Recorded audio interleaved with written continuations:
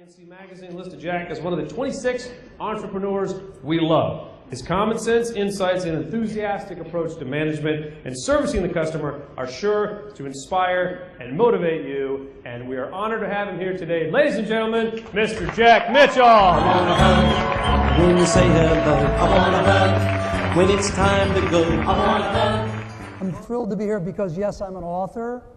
I wrote a book called Hug Your Customers, another one called Hug Your People. And I know I wouldn't be here if I hadn't written the books. So how did I ever begin to use the word hugging to describe our business culture? You see, I was asked, golly, it was over 10 years ago.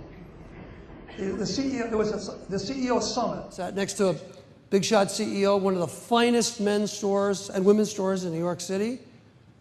And he put his finger in my face and he said, the next thing you're going to tell me, Jack, is that you and your associates actually hug your customers. And I closed my eyes for a second, and I could see my brother Bill. My brother Bill, he came out of the womb to hug. He's a born hugger. And then I said to myself, doesn't everybody hug their customers? Back to Ron. And right there, I realized that not everybody does hug their customers. So what's a hug? You all know what a hug is. Yes, it can be a bear hug, but it's a metaphor, isn't it? It's a metaphor for any caring gesture or deed that personally touches the customer. Because what do you think, what happens when you hug somebody? They hug you back. These customers become clients for life.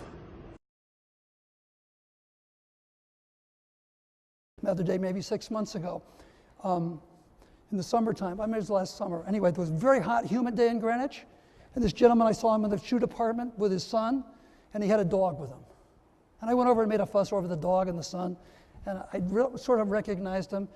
And he said, you know why I've come back so often, Jack? I said, no. He's buying his son some shoes. He said, years ago, when I didn't have any money, I was single. I had a dog, though I love dogs. I started on top of Greenwich Avenue. I walked all the way down. Every single store said, no dogs allowed. No dogs allowed. And you got to Richards, and there was like a bowl of water outside for dogs. But the door was opened, and they said, why don't you come on in and bring it? It's very hot and humid out here. The dog can have some water inside. So I've never shopped anyplace else since that day.